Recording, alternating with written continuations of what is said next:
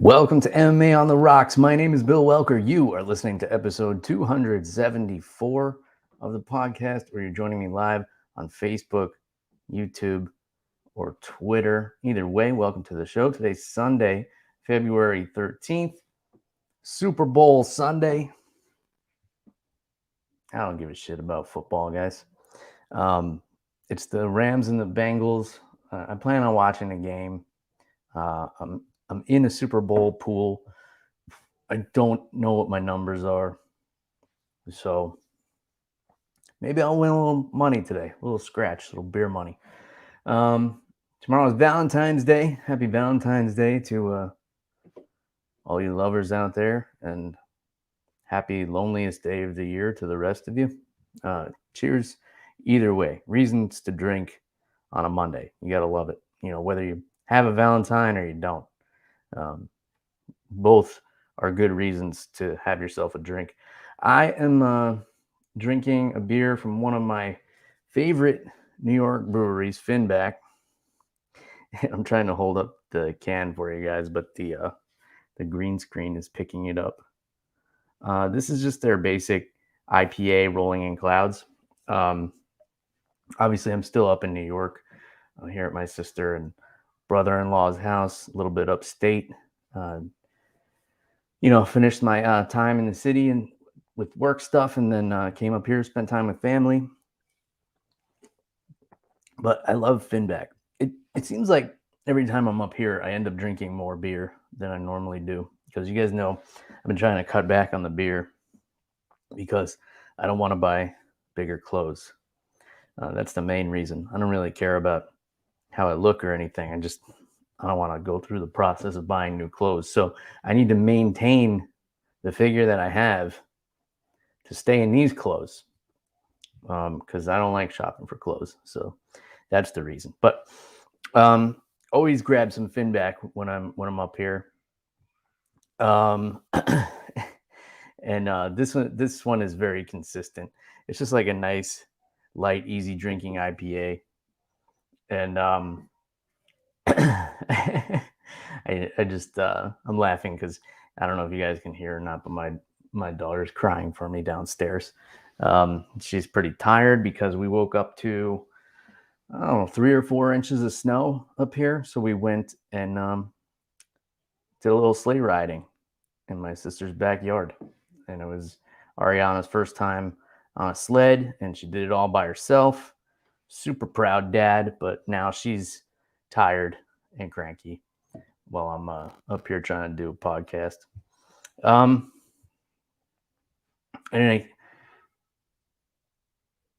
I think someone will tranquilize her or something. Somebody will take care of that. Where was I? Finback. Yeah. Always grab some Finback when I come up here. The only frustrating thing about this brewery is I'll try one of their beers and it's awesome, and then I can never find it again because they do like these limited runs, or they'll release it under a different name or something like that. But this Rolling in Clouds is one of their staple IPAs, I guess. So I grabbed some of those at the store because I knew it was going to be good, and it's Super Bowl. Gotta drink beer on Super Bowl Sunday, right, guys? That's one thing I know about football, at least. And I know Tom Brady retired. So there's that. I'll tell you guys a little bit more about the rest of my trip in Manhattan since I last spoke to you guys. So I did the last episode on Sunday. On Monday, I made my way to Renzo Gracie's in Manhattan. Second time there, training in the blue basement, and got a little jiu-jitsu in. Turns out I still know how to do jiu-jitsu, guys. It was a Renzo Gracie gym where I first put on a gi many, many years ago out at Renzo Gracie's Fort Lee. Not the first time I did jiu-jitsu, but the first time I put a gi on, and that was my home gym for a number of years. That's where I met Jeff the Animal Wilson, who obviously is not joining the show today again. So if you want to reach out and show the animal some love, You can't. You got to message me because I think he's off the social media for a little while. Just taking a break from everything, all the non-essential things in life, like this podcast and social media. Taking care of what matters, family and work, stuff like that. All this stuff is just extra. But you guys know that. I don't need to explain that to you. So went to Henzo's. Always a good time. It's just like, it's got such a cool energy there. It's such a fun place to train.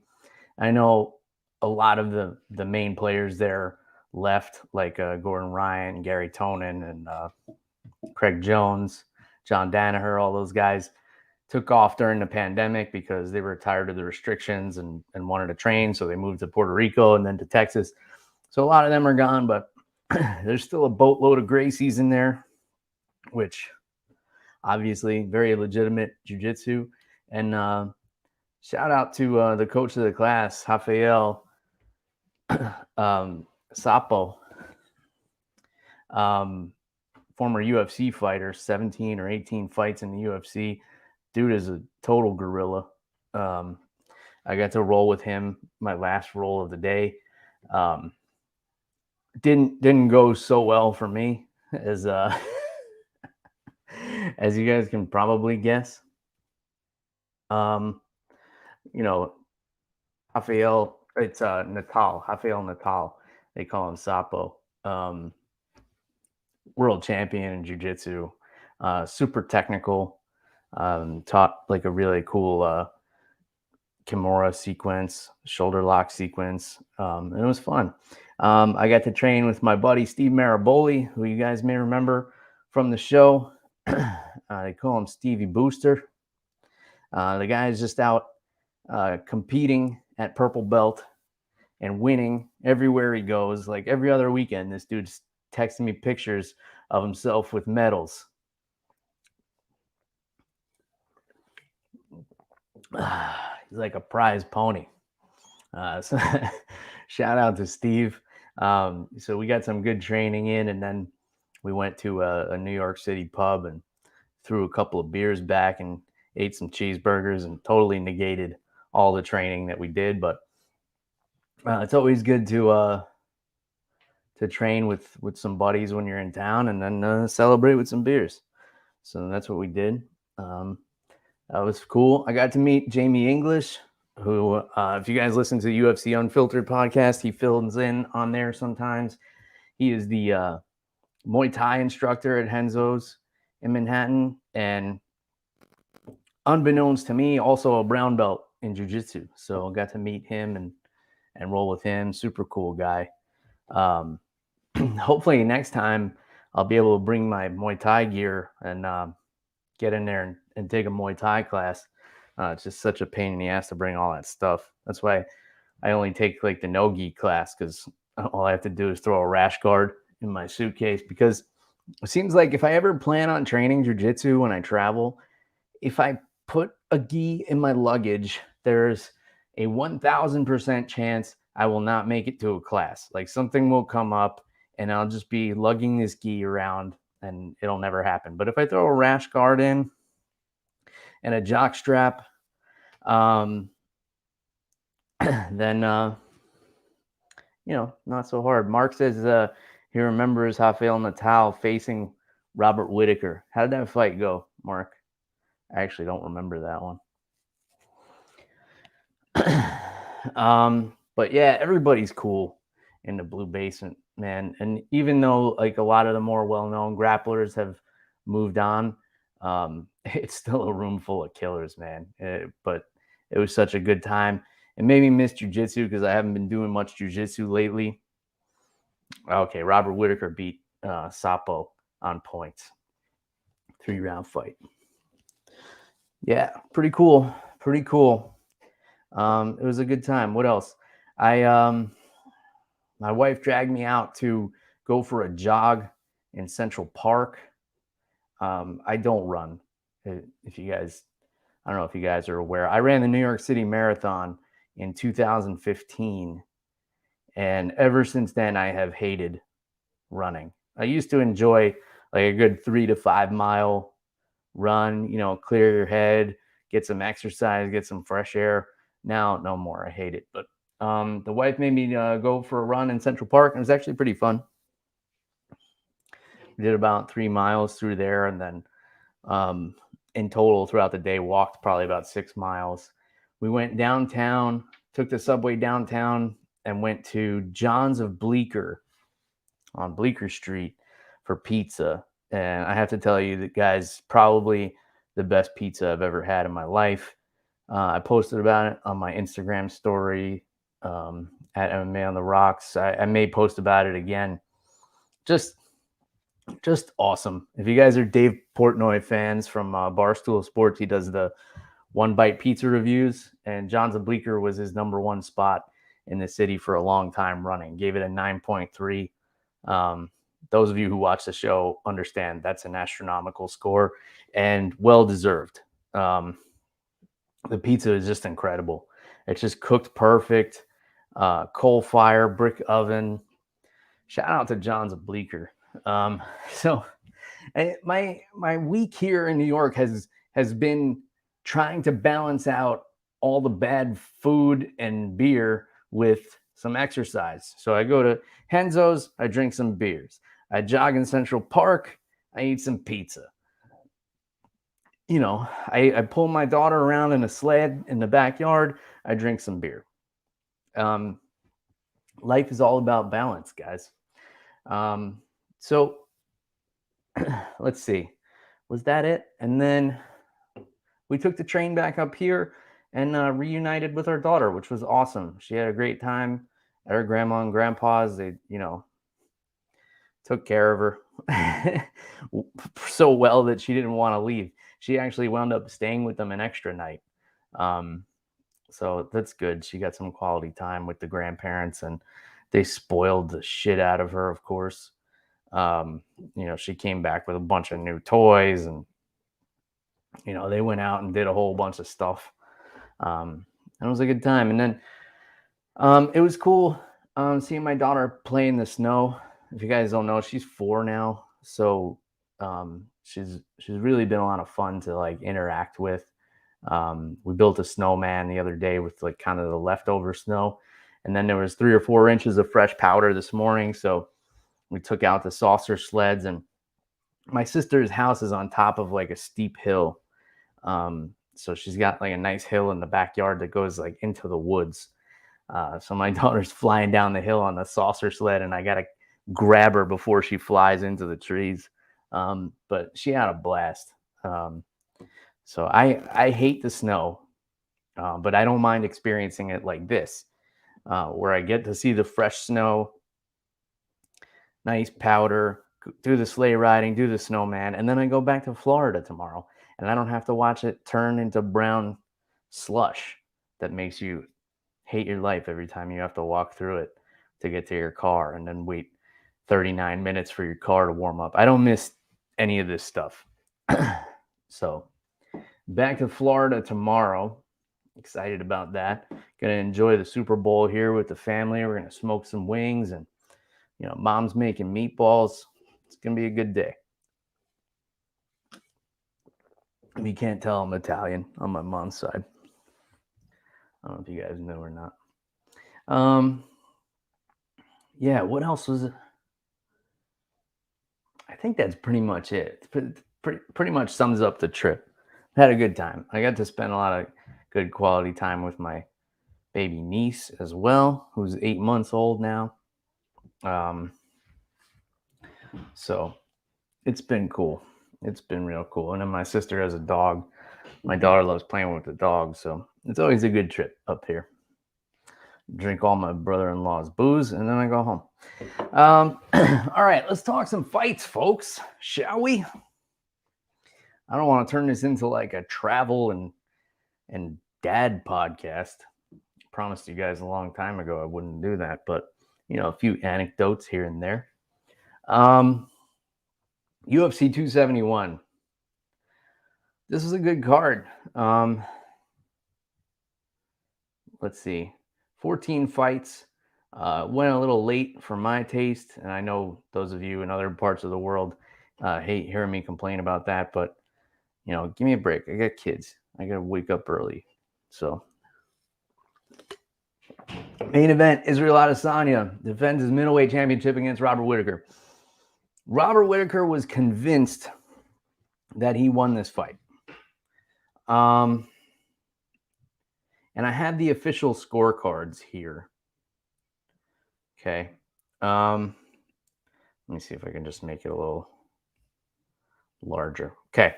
So one judge, and I guess I can see where people would make the argument. So two judges scored rounds 4 and 5 for Whittaker. One judge scored round 2 for Whittaker and every other round for Adesanya. Either way, unanimous decision. I can't really see making a case for Robert Whittaker winning the fight. He is convinced that he won.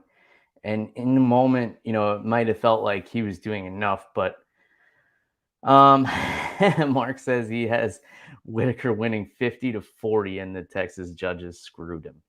All right, well, you know, to each their own. If you combine the 3 judges' scorecards and, you know, if they had seen things a little bit differently. So the one judge was Mike Beltran, and I don't know why Mike Beltran was a judge. I think they had to remove one judge at some point, and Mike Beltran had to step in. So he gave round 2 to Whittaker, but he gave 1, 3, 4, and 5 to Adesanya. And the other 2 judges gave 1, 2, and 3 to Whittaker and 4 and 5. I mean, 1, 2, and 3 to Adesanya and 4 and 5 to Whittaker. I definitely gave round 5 to Whittaker. That was his best round by far. He was really able to dig deep and push Adesanya. Round 2 was tricky because he hit that late takedown. I remember after I watched it, like before they read the decision, thinking that Whittaker had won 2 and 5 and that Adesanya had won the others.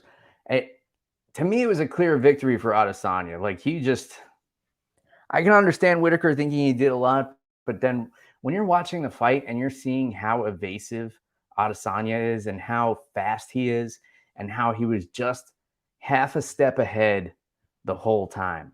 I mean, the guy is an incredible fighter, and he didn't take any chances. He didn't push the action. He didn't force anything. Even when he dropped Whittaker in, I think it was the 2nd round or the 3rd round, somewhere in there, he didn't pounce on him. He was just going to pace himself, pump the brakes a little bit, and win this on points, which, you know, you can't blame him for doing that. I mean, that's pretty much the same boat that Anderson Silva was in for a while. George St. Pierre, they were just, you know, guaranteeing themselves the victories. And if finishes came, great. If they didn't, they're just going to hold on to that title for as long as possible. So what can we say about this? Obviously, Whittaker improved a lot, but it just wasn't enough because Adesanya has also improved, and he was fighting an Adesanya who wasn't out to prove a point like he was the first time. He was fighting an Adesanya who was looking to hold on to his title, beat a guy he's already beaten as safely as possible, and then move on to some fresh blood. What do you do if you're Robert Whittaker, man? He can't move up to 205. We know he can fight at 170, but you know, at his age, I think he's about my age, 37, 36, somewhere in there. He's not going to want to suck down to 170 anymore. He's going to have to live with being the second best guy, you know, as long as Adesanya is around, unless, you know, some people are calling for Adesanya to move up to 205. I don't really see the need. Although fighting Glover Teixeira would probably be, you know, one of his better chances to, I shouldn't say that either, because Glover's Glover's fucking tough, man. And he's such a good wrestler, and he has good top pressure. And we saw it, and he's so big. I don't want to see Adesanya move up right now. And you got Jared Cannonier. You got some other challengers like waiting in the wings at 185. Who knows? We could have Chimaev challenging for this belt in a year or two. We get some interesting things on the horizon. I don't need to see him move up, especially after Jared Cannonier putting on the performance he did against Derek Brunson earlier in the night. It just makes so much sense. His call out was perfect. The way he was like, "Give me Dana White's attention. Dana, look at me. It's me." I thought that was great. What a performance by Cannonier too. We'll get to that. But what do you do if you're Robert Whittaker, man? Like, this is tough. Like, even if Cannonier comes in and beats Adesanya, like Adesanya is probably going to get a rematch. So Whittaker's going to have to go out and beat somebody else. He's going to have to, have a rematch with Derek Brunson. Fight another top guy, I guess. If Cannonier beats Adesanya twice, then Whittaker's got a chance because Whittaker has a win over Cannonier, so he can challenge him for the title, and maybe that's his route back to the title. But other than that, I don't know what you do if you're Robert Whittaker. I don't have a solution right now. If you guys have any ideas, let me know. Oh, Mark said he's 31, so he still has time. All right, so I'm just old, and I try to bring everybody into my age bracket. That's just what I do. Yeah, I just thought the scorecards were interesting. That's why I wanted to bring that to your attention, because it's weird that Mike Beltran was in there. And two, it's interesting that two of the judges saw Whittaker winning the last two rounds. Because that says a lot about, the way he was able to dig deep. But maybe Adesanya was just coasting in those rounds. Maybe he knew he already had it. So, he wasn't going to push the action. Either way, it was a good, solid fight, good main event.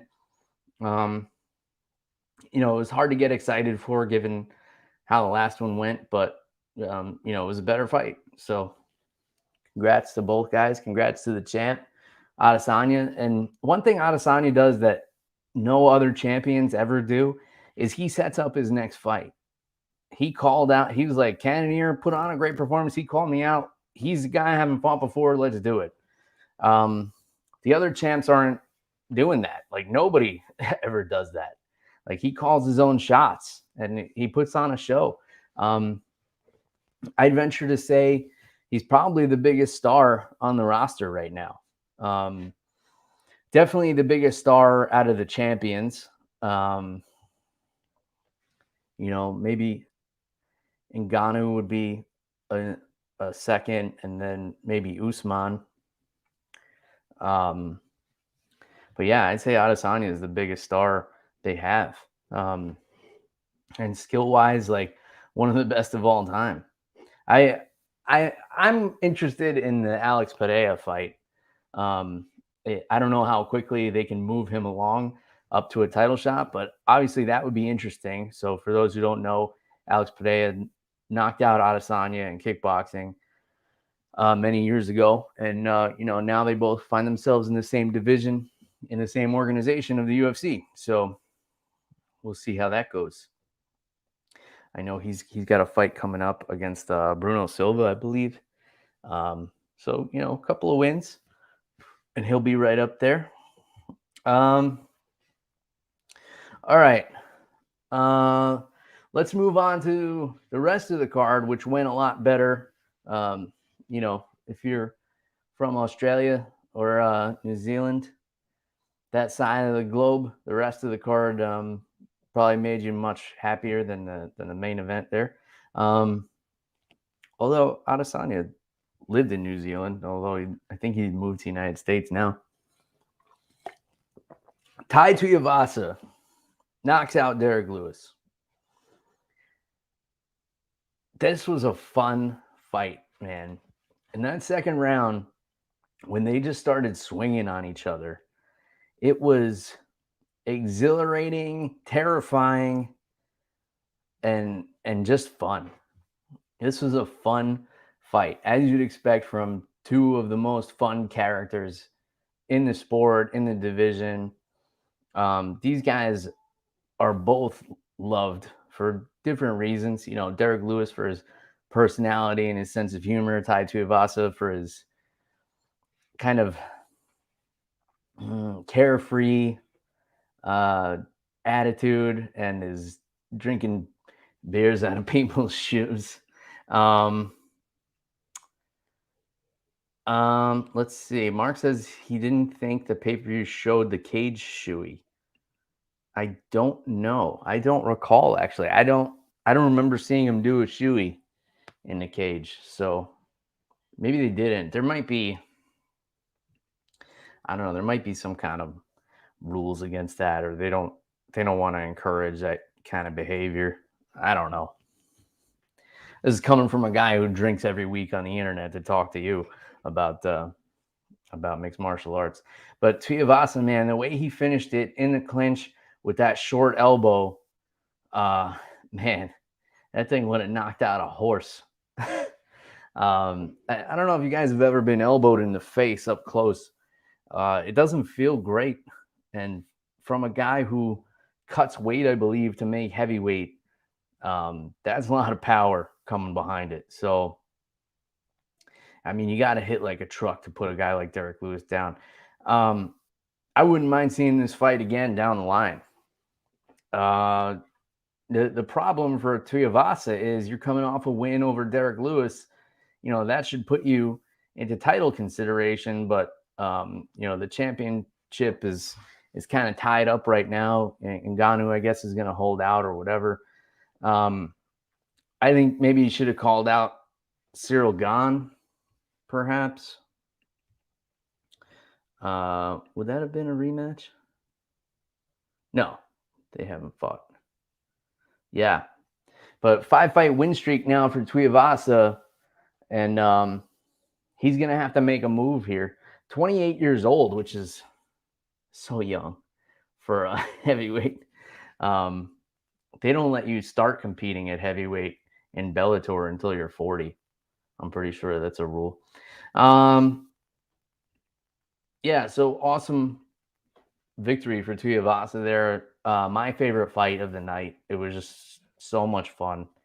And Derek Lewis will be back. Most knockouts in UFC history. Fans love him. You could throw him back into a main event, no problem. Hopefully he's okay.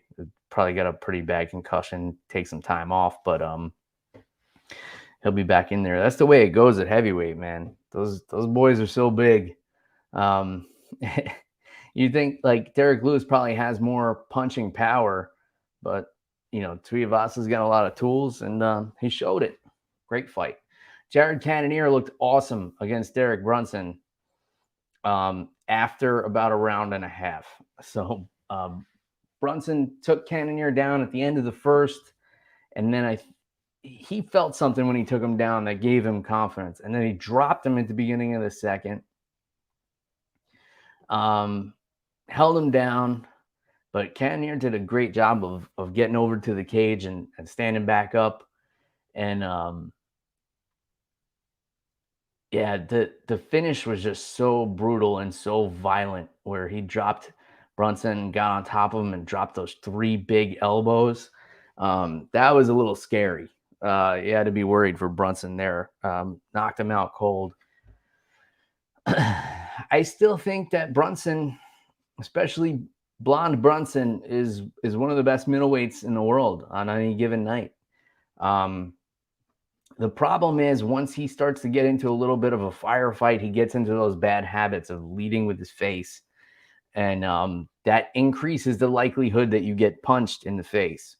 So, and those are things that may never go away. Those are habits like he may always fall into for the rest of his career.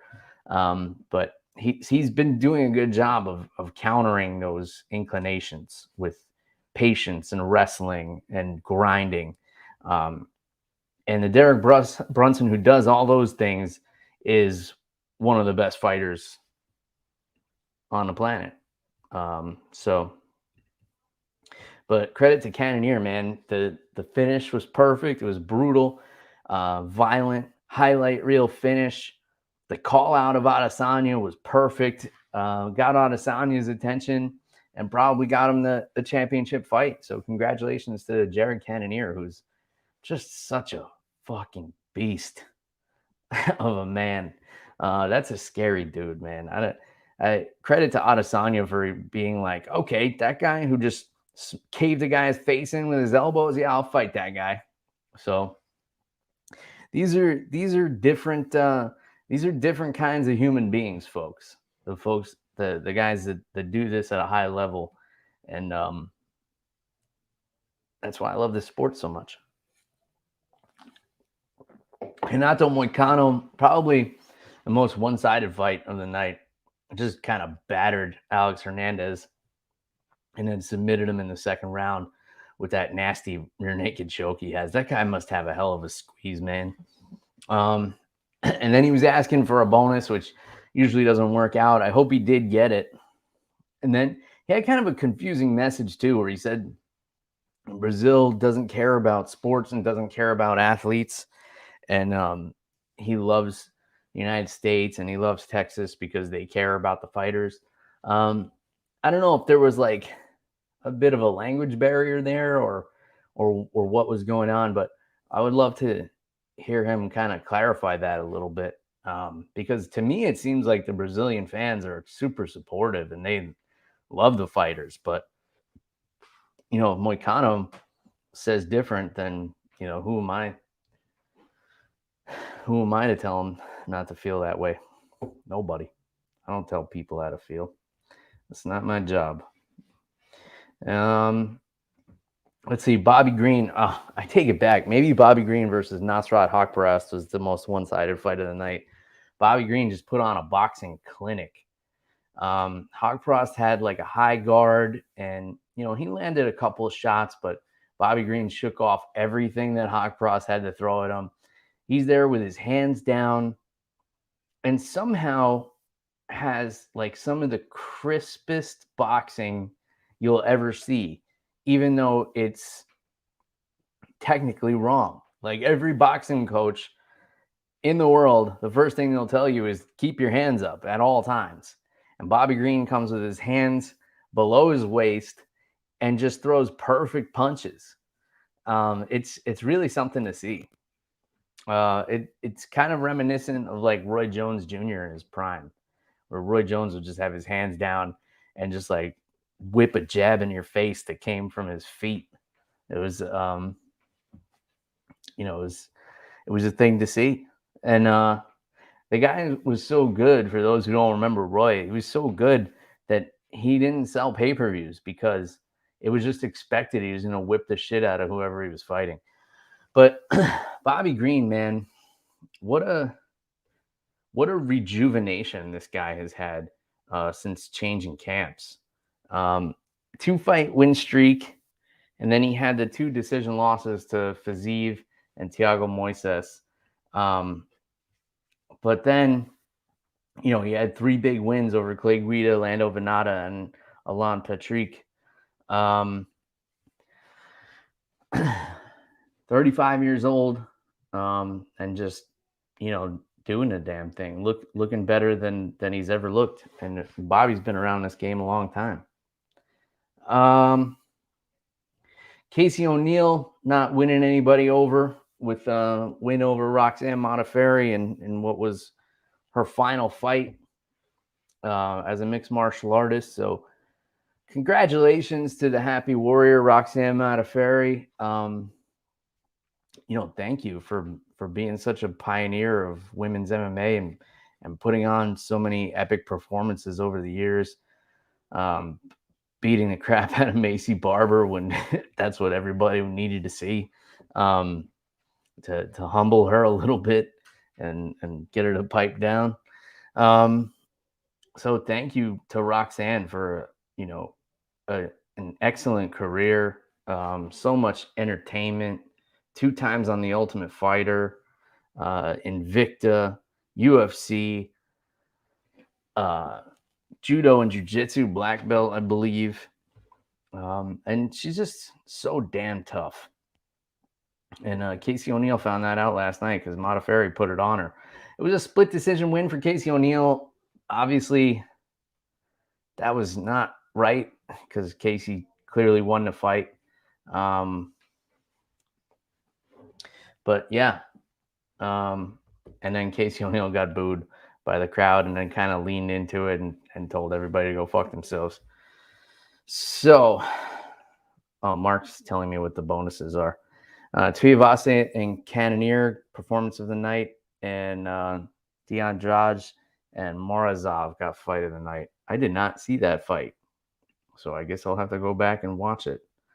I did see Kyler Phillips against Marcelo Rojo.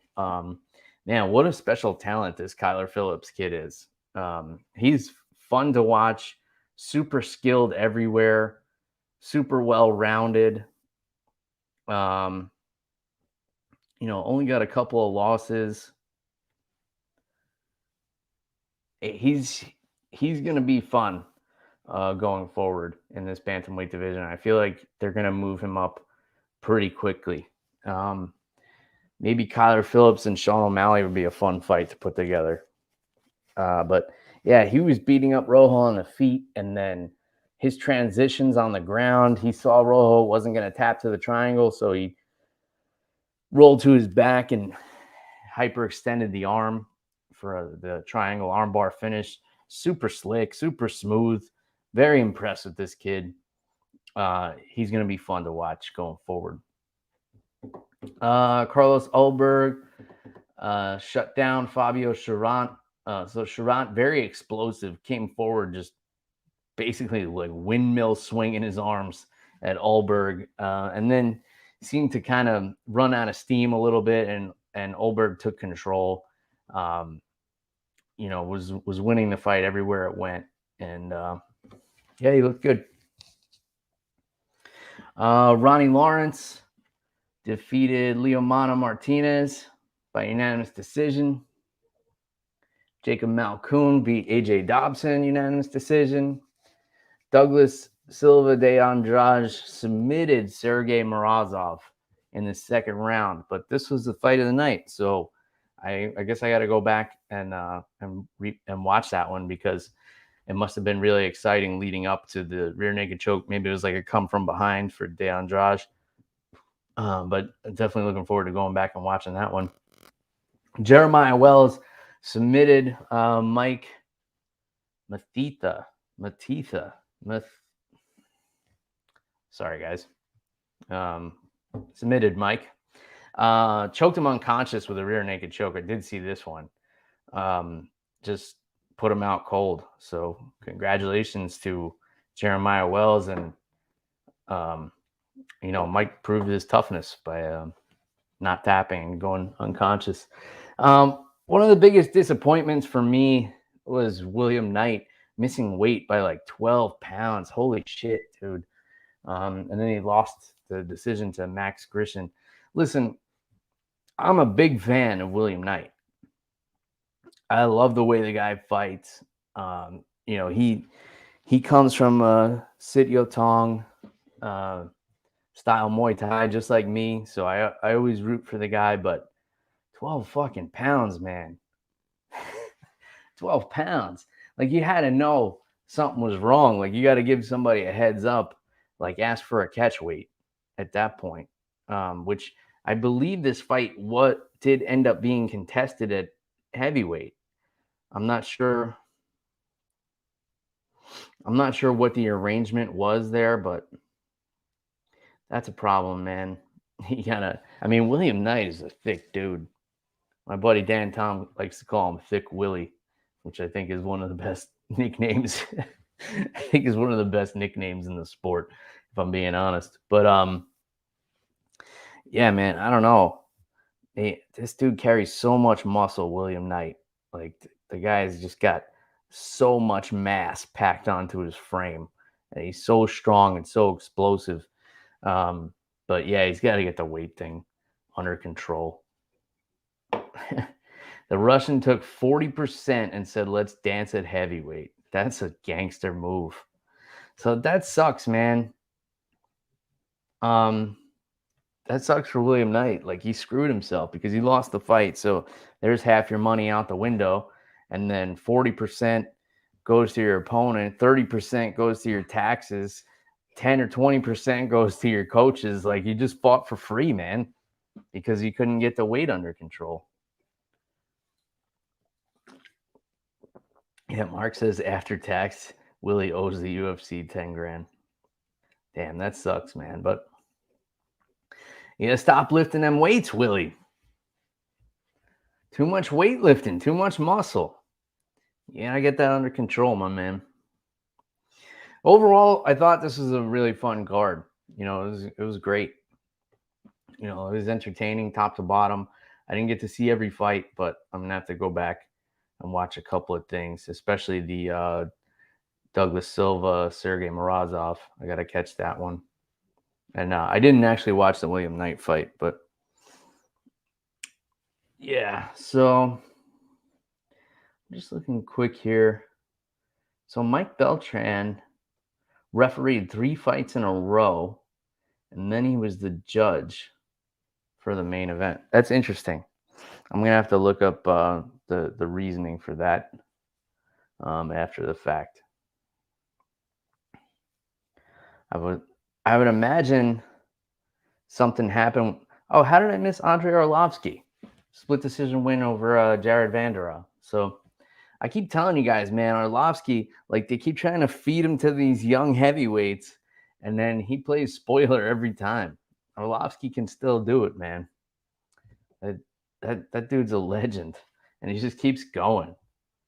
How old is Arlovsky? Let me see here. 43 years old. Andrei Arlovsky, the fucking Tom Brady of MMA. Just like, there was a dark time in this dude's career back in 2016, 2017. He lost a bunch of fights in a row. He's getting knocked out like crazy. Makes his way back to the UFC, loses a bunch of fights, and then starts beating people.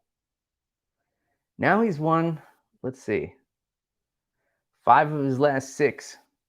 His only loss was to Tom Aspinall, who's, you know, tough up-and-comer. But look at all these young dudes he was beating up on. Jared Vanderaa, Chase Sherman, Tanner Bozer, Felipe Lenz. Like, these are all young dudes that were supposed to come in and eat him alive. Arlovsky's still doing the damn thing. How do you not love Arlovsky? I don't know if you guys could hear my niece in the next room chiming in. She wants to talk some MMA. Maybe have a beer. Not till you're 10, Emily. All right.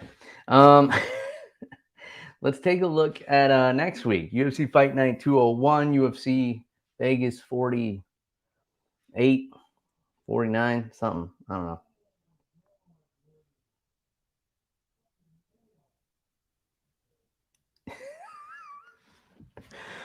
I don't know if you guys can hear this or not, but something absurd is going on in the next room. Anyway, UFC Fight Night main event, Johnny Walker and Jamal Hill. So the big question was Jamal Hill was, how was he going to bounce back after getting his arm broken in half by Paul Craig? Because you guys remember that was gruesome. He got caught in that arm bar.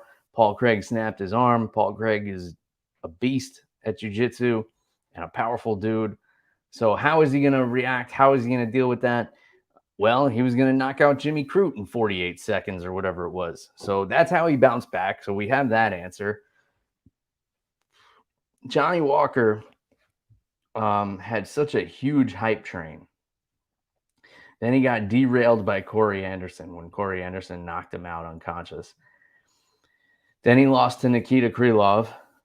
Then he knocked out Ryan Spann, bounced back a little bit, and then he had that kind of lackluster fight with Thiago Santos, or Santos beat him by decision. So Johnny Walker's got to do something to get some steam back here. Like, lost 3 of his last 4, and they're still putting him in a main event. So they still want to see something special out of this guy. Will he be able to deliver, or will Jamal Hill be able to bounce back even more from getting his arm broken in half? Which kind of helps boost him a little bit. You know, I know he got submitted and he lost the fight, but he got his arm broken in half, comes back, and then he's knocking dudes out. Like, that's a scary motherfucker right there. Co-main event, Jamie Pickett, Kyle Dawkins. That'll be a fun fight. Parker Porter and Alan Badeau. That's a good one. Jim Miller, another guy still doing the damn thing. Maybe I'll keep the beard until Jim Miller retires, and then I'll shave it off. I'm lying to you guys. As soon as it starts getting to be summertime in Florida again, this beard is gone. It's history. But Jim Miller against Nicholas Mata. Jim Miller's another one of these guys like Arlovsky who, you know, keeps playing spoiler to these young kids. Mata coming off a 3-fight win streak. Credit to Jim Miller, though, man, because this guy, he will fight anybody. He won't pull the like, oh, well, you know, I've been doing this so long. You know, you got to give me fights against like older guys like me too that I can beat. No, he's like, yeah, I'll fight these young kids. Eric Gonzalez, yeah, bring him on, and I'll knock him out in 14 seconds too. How about that? Jim Miller's such a legend, man. How do you not love that guy? Fought through Lyme disease and everything like that. What a savage. Let's see. Joaquin Buckley and Abdul Razak Al Hassan. How do you not love this fight? This isn't a rematch, is it? No. All right. So this fight is bananas. These two guys, 2 of the most explosive strikers on the roster. So that's my sleeper pick on this card. Pretty obvious one. Mario Batista fighting Khalid Taha. Gabriel Benitez fighting David Onama. We get some, you know, some young blood on this card. Jessica Rose Clark fighting Stephanie Egger. Chad Skelly and Mark Striegel. I'm not familiar with Mark, but Chad Skelly is always fun to watch. And Diana Belbita against Gloria DePaula. So this is a fun little fight night card coming up here. Some interesting fights. All right. Well, for those of you joining live, I'm going to let you all go enjoy your Super Bowl Sunday festivities. I hope everybody stays safe out there. Please don't drink and drive. Go Rams, go Bengals. I don't know. I just want to see a fun game, really. And I just want to win the pool I'm in, which I don't even know what my numbers are. I try not to find out because then it's like, then I kind of like obsess over it and I got to do math all night. I'm like, all right, they need a 2-point conversion and a field goal for me to get the 7 at the end of it. It's just too much for me. So I'll just rely on whoever ran the pool to be honest and let me know if I won or not. That's the plan. All right, guys. Well, if you're football fans and you're listening to this after the fact, I hope you enjoyed the game. I hope you had a fun weekend. Hope you have a happy Valentine's Day. You know, whether you're celebrating with a significant other or you're, you know, celebrating your freedom. Cheers to all of you. A little late for a Valentine's gift, but, you know, whatever other holidays coming up, if you want to get for somebody MMA on the Rocks merchandise, you can do so through our friends at Team Reaper. Reaper1.co is the website. You can use the promo code MMARocks10. Save yourself 10% off on your whole order, whether you're buying my merchandise or not. Of course, I appreciate you supporting the show, buying my merchandise, but, you know, you can get some other stuff on there too, like some training gear. You can support some fighters, throw some cash their way, put a little money in their pocket. If you're one of these people who always talk about how fighters need to be paid more, put a little money in their pocket so they can buy some, organic grass-fed quinoa or whatever. I don't know what the fuck they're eating now. Whatever is healthy. In any case, I'll put the links in the show notes as always. Thank you guys so much for tuning into the show. As always, I look forward to your feedback, your criticism, your reviews on whatever platform you happen to be listening on. Those definitely help people find the show, and it's a little thing you can do to support. But I appreciate you guys tuning in. Until next time. Cheers, everybody. Goodbye.